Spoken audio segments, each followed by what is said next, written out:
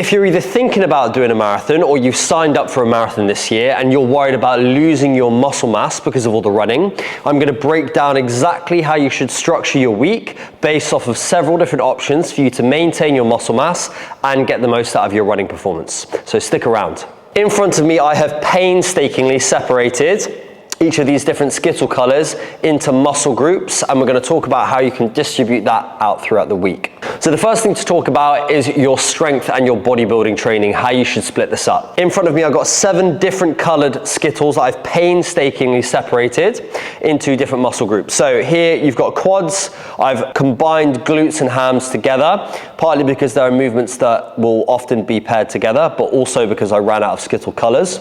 You've got yellow, which is your calves. You've got green, which is your pecs. You've got light purple, which is your lat and upper back. You've got pink, which is your delts. And then you've got arms, which is your dark purple. So without overcomplicating this, essentially what we want to do is distribute all of this volume and all of these different muscle groups throughout the week for us to be able to get the right stimulus to maintain and build muscle mass, and for us to be able to distribute that fatigue throughout the week without it impacting on your running volume. Now, I write the March on Gain program, which is our hybrid program. So I'm used to programming for strength, bodybuilding, and running at the same time. Now, what I believe from a split perspective, to build muscle, the majority of people will be better off doing full body training sessions as opposed to upper lower splits. Reason being is that you can distribute that fatigue over the week. Frequency is just as important, potentially more important than weekly volume. There is some research that says that you could be doing up to 40 sets per muscle group, which is a fuck ton of volume. I don't believe that there are many people that would be able to do 40 sets a week and continue to see progress in strength and in muscle mass over an extended period of time. What I believe to be a more appropriate volume would be around 10 sets or less per week. Now, that might seem like a really low number of sets per week, but unless you're taking steroids, you're probably not going to be able to recover from much more, particularly if you're throwing running into the mix. So option 1 with your strength work would be for you to distribute this volume over 3 full body sessions.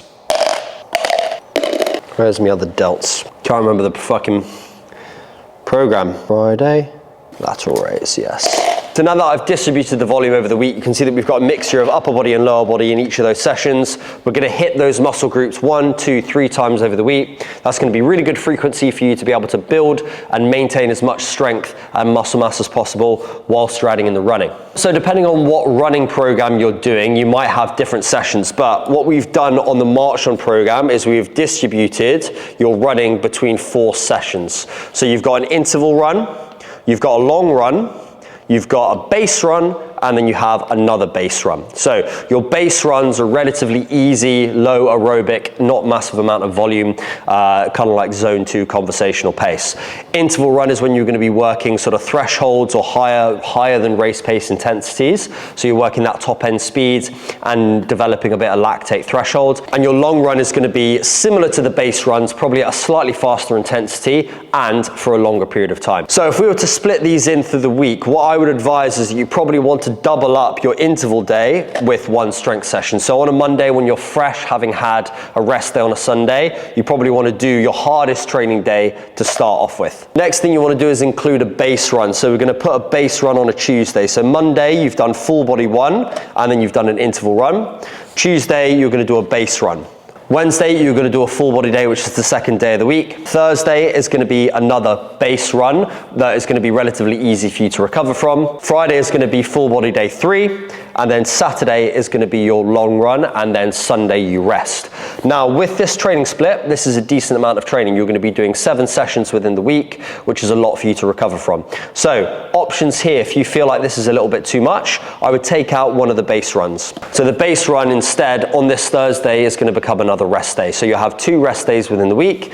Yes, you're doubling up on here. The other option that you could do is you could take that interval run and you could chuck it on a Thursday instead. Now I personally would advocate for you having 2 full rest days if you feel like you're someone that doesn't recover that well, as opposed to you having 6 days a week. So I would say that you're better off putting that interval run on a Monday when you're fresh, get the majority majority done, and then knowing that this is going to be an easier day the following day. As your long run increases as you get closer towards the end of your marathon, you might want to think about taking some of that lower body volume out of your week. So instead of doing 3 sets of cyclist squats or back squats, you might want to do 2 instead. So then instead, take one of those out, do what you want with it. Good skittles. So you could still have 3 full body sessions within the week, but some of that lower body volume particularly is going to allow you to reduce some of the damage and some of the fatigue that your lower body might be feeling.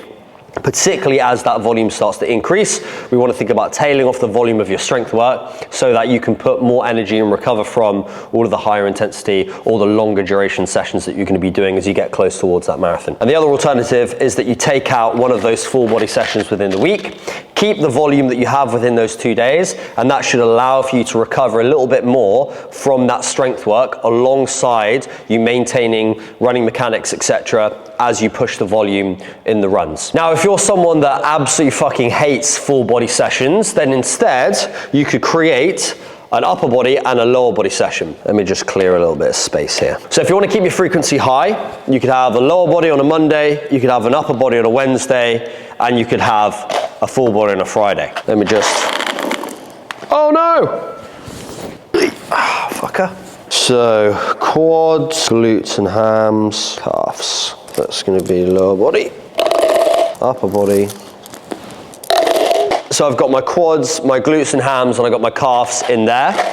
I've got my pecs, my lats, my upper back, my delts, my arms in there. And then I've got a mixture of lower and upper body on the full body day there. So you could then do exactly the same structure that we've done before. So you chuck the interval run on there, you have a base run on a Tuesday, upper body on a Wednesday, base run 2 on a Thursday, full body on a Friday, long run on a Saturday. You're still going to get 2 touches of each of those muscle groups on the lower body, full body, upper body, full body, and then you can run alongside. You might find that this will reduce some of the fatigue that you feel in your legs around this part of the week. As you go into that full body day and long run, you might feel that fatigue creep back in. Rest on a Sunday, you should be able to go again good on a Monday. Now, what I wouldn't advise is that you take that full body session out completely. This is the issue with bro splits, is that the frequency isn't enough unless you're on anabolic steroids for you to be able to maintain or improve your muscle mass. We want to get at least 2 touches on muscle groups, if not 3 touches on muscle groups over the course of the week for you to continue to stimulate muscle protein synthesis. Something relatively new that's come to the fold is that atrophy happens a lot quicker than people think. People used to say that it takes like 3-4 weeks for you to start atrophying.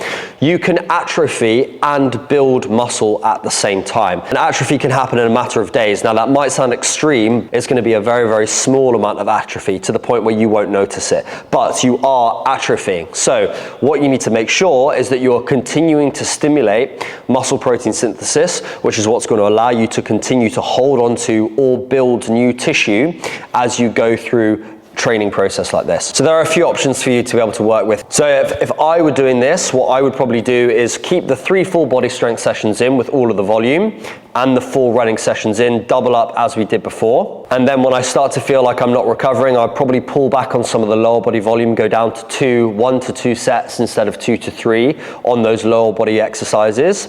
And then if I felt like I still wasn't recovering well enough, I would take one of those full body sessions out.